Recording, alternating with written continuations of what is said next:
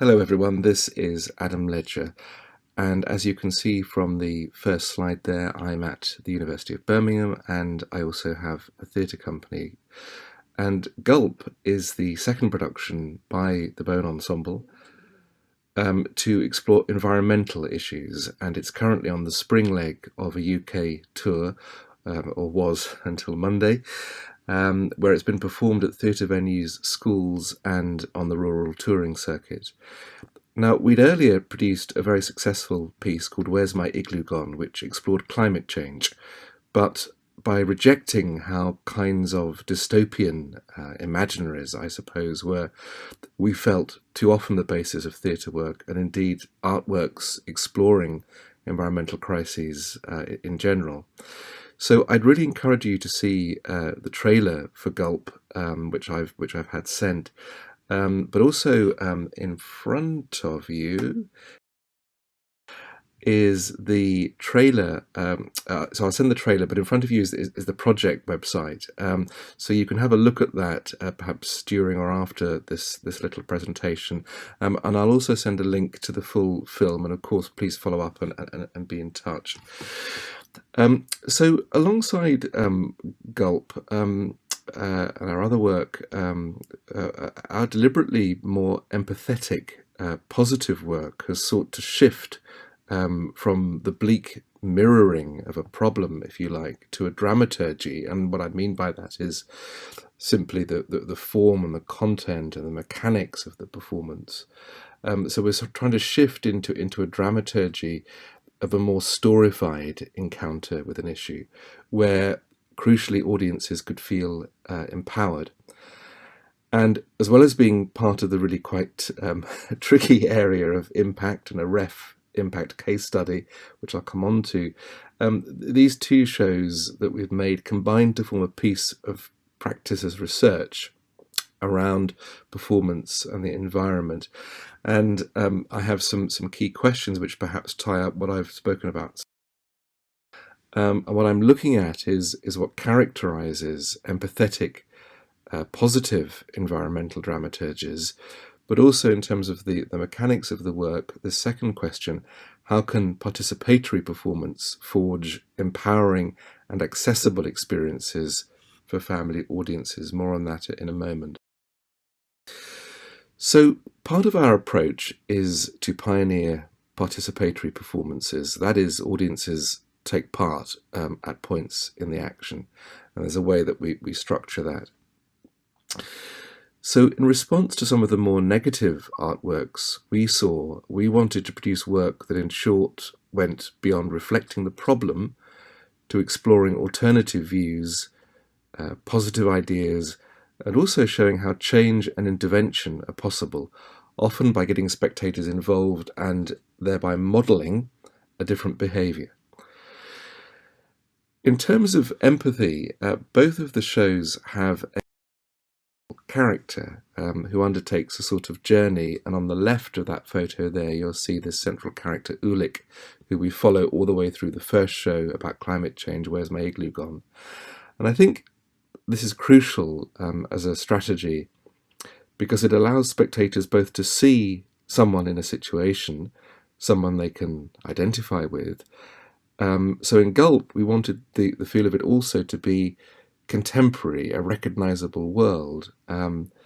This first piece is more other. It looks like a folk setting of some kind, but you'll see from Gulp it's more of the here and now. But also with these characters, you need to see them getting into problems, and then you are helping them by participating at points, helping them to sort it out. So the show about water, the story concerns Maya, and some of you might know that is Hebrew for water.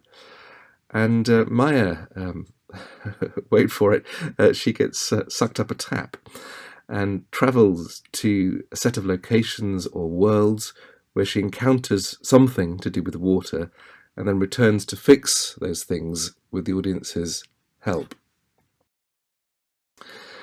So our work has been significantly funded by Impact. I've lifted these from my current impact template for the ref. What I've been looking at through the work is how this might stimulate really quite significant public interest. These works have toured extensively, and engagement with regard to pressing environmental issues, but also how I have tried through the work to improve the social and educational inclusion of marginalised groups.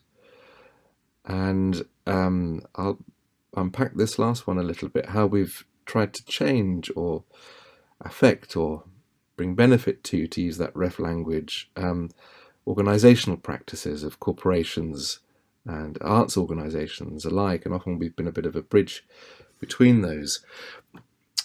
So one thing is that there was a collaboration with Severn Trent Water, which is our regional water supplier. I think it's the biggest in the country. And they, of course, contributed their expertise, but also funding. And they've called the collaboration an industry first, marking somewhat of a step change in how that organisation communicates with its public, as well as forging the prime example of an arts industry collaboration in the sector.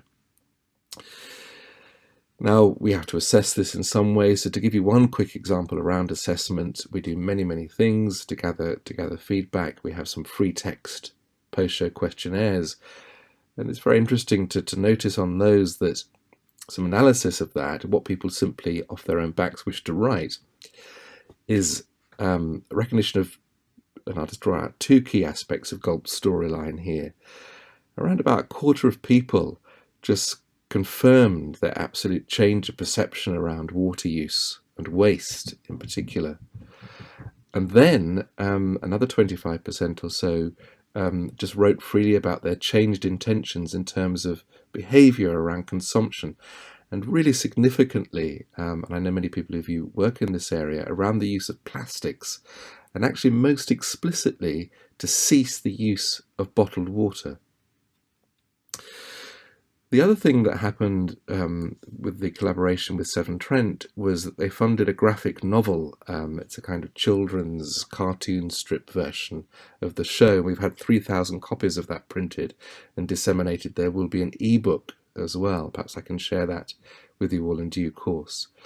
And to aid accessibility, because we tried to reach people who don't necessarily speak English, certainly our deaf audiences, we found a way, the illustrator found a way to create that story graphically without using any English language. And indeed in the show we only use a made-up language.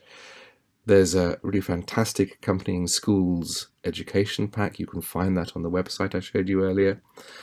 And finally, Severn Trent funded performances of Gulp into 6 really diverse primary schools in and around Birmingham, so we could offer the work at no cost to those schools, and we provided a copy of the book to each child attending the performance. And there's also a song. Perhaps in a while we'll all be singing songs out of our front doors like the wonderful Italians, so we can sing this. You'll find it on the website. Now, I've really had to resist some of the instrumentalization of the work when it comes to the needs of the ref and impact. The reality is, I'm not a social scientist or a scientist. I'm an arts academic and a theatre maker, and I have to start from that point. That's what drives the research that I spoke about right at the beginning. So I think you can't make a kind of disaster movie, nor can you only have information. We're not doing a kind of illustrated lecture here. You need, we find, some sort of engagement, and in our case, a participatory dramaturgy. So if you want to shift people's knowledge, intentions and behaviour, a means to engage what really makes change needs to happen. And that's ultimately people's hearts and minds